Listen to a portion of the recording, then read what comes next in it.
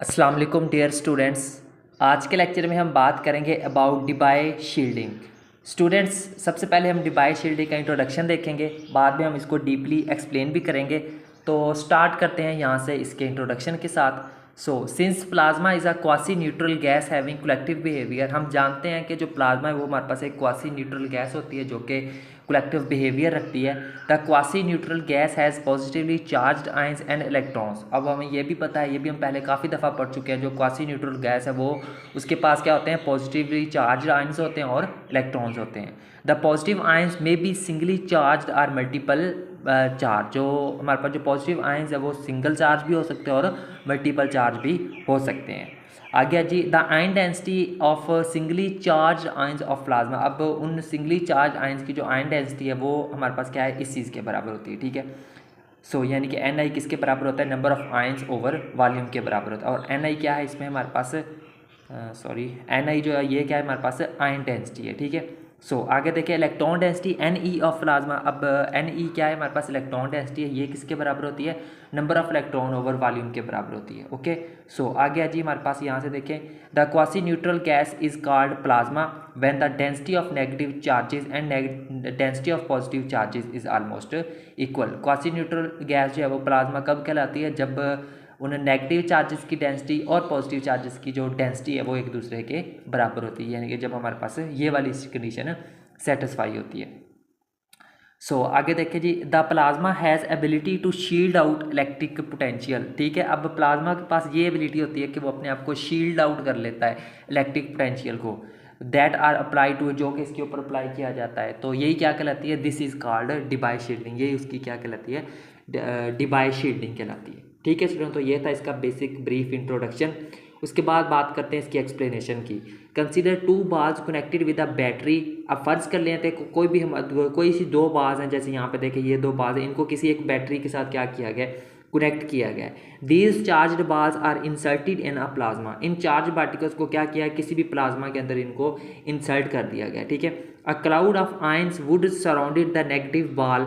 अब जो नेगेटिव बाल है उसको जो है वो क्या करेगा, एक आयंस का जो क्लाउड है वो उसके इर्द गिर्द जमा होगा, जैसे यहाँ पे देखिए। ठीक है, while a cloud of electrons would surround the positive बाल। ठीक है, और जो पॉजिटिव बाल है, सॉरी ये थी जो यहाँ पे देखिए हमारे पास जो है वो क्या है, ये जो है वो आयंस का क्लाउड है। ठीक है, ये जो है नेगेटिव बाल के ऊपर जो है वो आयंस का क्लाउड है जिनके ऊपर पॉजिटिव चार्ज है, और ये जो दूसरी बाल है, ठीक है, तो ये क्या है हमारे पास, इसके ऊपर क्या है, इलेक्ट्रॉन्स का क्लाउड। ठीक है, पॉजिटिव बाल के ऊपर।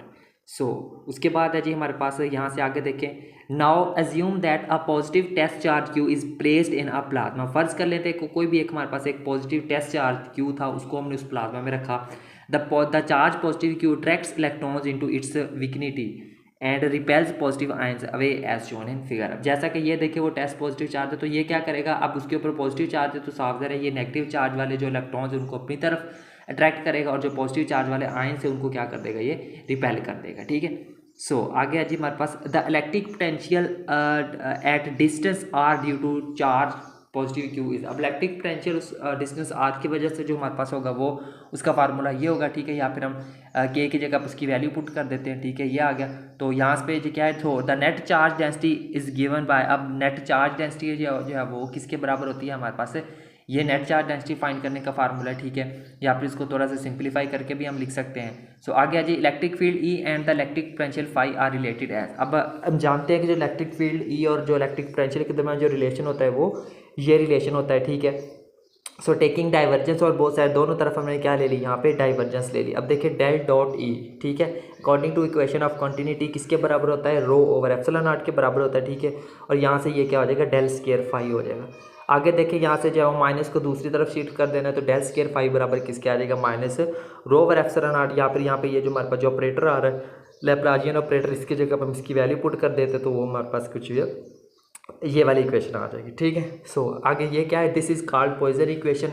This equation in one dimensional. अब ये जो इक्वेशन है ये क्या कहलाती है, पॉइजन इक्वेशन कहलाती है, ये वाली और ये वाली। ठीक है, ये क्या है, पॉइजन इक्वेशन है, ये 3 डायमेंशन में है, और अगर 1 डायमेंशन में निकालनी हो तो वो हमारे पास ये आ जाएगी। ठीक है, from equation number 2, equation number 2 में देखिए हमारे पास किसकी वैल्यू पड़ी हुई है, रो की वैल्यू पड़ी हुई है, ठीक है। दिखा देता हूँ यहाँ पे, ये देखिए इक्वेशन नंबर 2 में क्या है, रो की वैल्यू पड़ी हुई है। तो ये वाली जो है वो हम वैल्यू अब इसकी जगह पे पुट कर देंगे, ठीक है। तो ये आ गई जिसकी जगह पे वैल्यू, इसको हम क्या देते हैं इक्वेशन नंबर 4। आगे जी, the electron density in thermal equilibrium will adopt a Boltzmann distribution. अब जो इलेक्ट्रॉन डेंसिटी है थर्मल इक्विलिब्रियम में, वो बोल्ट्जमैन डिस्ट्रीब्यूशन को अडॉप्ट कर लेती है। वो क्या होगी, इस चीज़ के बराबर आ जाएगी, ठीक है। ये हमारे पास इक्वेशन नंबर 5 आ गई।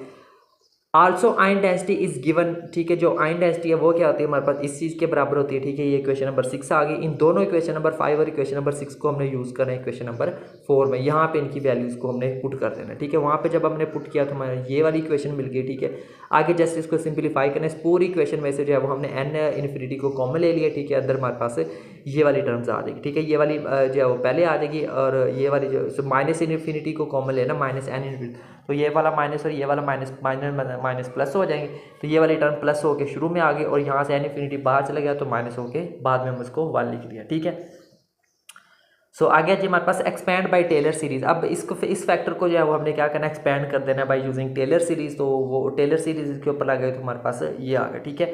अब ये वाला जो -1 है, ये -1 आ रहा है, यहाँ पे ये +1 और -1 आपस में कैंसिल आउट कर देना है, ठीक है। और पीछे आगे क्या कर देना जी, साथ में जो है निगलेक्ट हायर ऑर्डर टर्म, ये जो हायर ऑर्डर टर्म्स है इन सबको आगे क्या कर देना है, निगलेक्ट कर देना। तो पीछे हमारे क्या रह जाएगी, सिर्फ लीनियर टर्म रह जाएगी। तो वो हमारे पास इक्वेशन कुछ ये आ जाएगी, ओके। सो यहाँ से जो है वो इसको मजीद सिंप्लीफाई करके लिखे तो हमें यहाँ पे इक्वेशन नंबर 7 मिल जाएगी। अब ये क्या है, since this is a second order differential equation, so it's general solution is. अब देखें ये वाली क्या है, हमारे पास एक सेकंड ऑर्डर डिफरेंशियल इक्वेशन है। तो सेकंड ऑर्डर डिफरेंशियल इक्वेशन का एक जनरल सोल्यूशन होता है, तो इस इक्वेशन का जो जनरल सोल्यूशन है वो हमारे पास ये आ जाएगा, ठीक है। सो आगे देखें जी, lambda d is called Debye length, okay. So आगे देखें मजीद, जब हमारे पास जो है एक्स की वैल्यू 0 होती है तो तब हमारे पास फाई नॉट यानी कि मैक्सिमम वैल्यू होती है। जब एक्स की वैल्यू इन्फिनिटी होती है तो फाई बराबर 0 यानी कि उसकी मिनिमम वैल्यू होती है। तो जब एक्स की वैल्यू जो है उसकी डिबाइल लेंथ के बराबर आ जाए तो फिर क्या उसका किस चीज़ के बराबर होता है, 5। फिर जो है वो यहाँ पे इसकी कैलकुलेशन करेंगे तो हमें कितनी मिलेगी, 37% ऑफ फाई नॉट मिलेगा, ठीक है। तो ये हमें क्या बताता है, ठीक है। यहाँ से इसको एक्सप्लेन करें, it shows potential is 37% at Debye length. जो पोटेंशियल है वो डिबाई लेंथ के ऊपर कितना होता है, 37% होता है, ठीक है। The potential decreases is the 63% of phi not to reach Debye length. तो डिबाई लेंथ के लिए, डिबाई लेंथ तक पहुँचने के लिए जो पोटेंशियल डिक्रीज है वो कितना होना चाहिए, 63% होना चाहिए।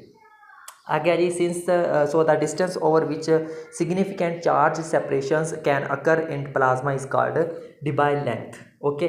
तो ये डिबाइल लेंथ की डेफिनेशन थी। आगे देखें जी, फार्मूला है हमारे पास, द फार्मूला ऑफ डिबाइल लेंथ। अगर डिबाइल लेंथ हमने कैलकुलेट करनी हो तो उसका फार्मूला क्या होता है, ये होता है, ये अपने लास्ट पैरामीटर सॉरी जो ठीक है। तो ये आ गया हमारे पास इसका फार्मूला।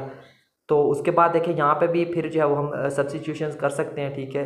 सॉरी आई थिंक ये वाला पेज रिपीट हुआ है, हाँ ठीक है, ये वाला पेज रिपीट हो रहा है, ठीक है। यहाँ से आप इसको देख सकते हैं, ठीक है। यहाँ तक पहुँच गए हम, ये वाला आ गया, ठीक है। उसके बाद है जी, यहाँ से देखें, density N increases as lambda D decreases because each layer of plasma contains more electron. तो जैसे जैसे जो डेंसिटी है वो कम होती है तो इंक्रीज होती है, तो वैसे वैसे डिबाइल लेंथ क्या होती है, डिक्रीज होती है। क्यों, क्योंकि जो उसकी प्लाज्मा की जो हर एक लेयर है वो उसके पास क्या होता है, बहुत सारे इलेक्ट्रॉन्स होते हैं। For fixed density of electrons की फिक्स डेंसिटी के लिए जो डिबाइल लेंथ है वो उसका फार्मूला कुछ ये रिलेशन होता है उसका, यानी कि डायरेक्टली प्रोपोर्शनल होती है KB/TE के। तो Debye length increases with increase in plasma temperature KB/TE, ठीक है।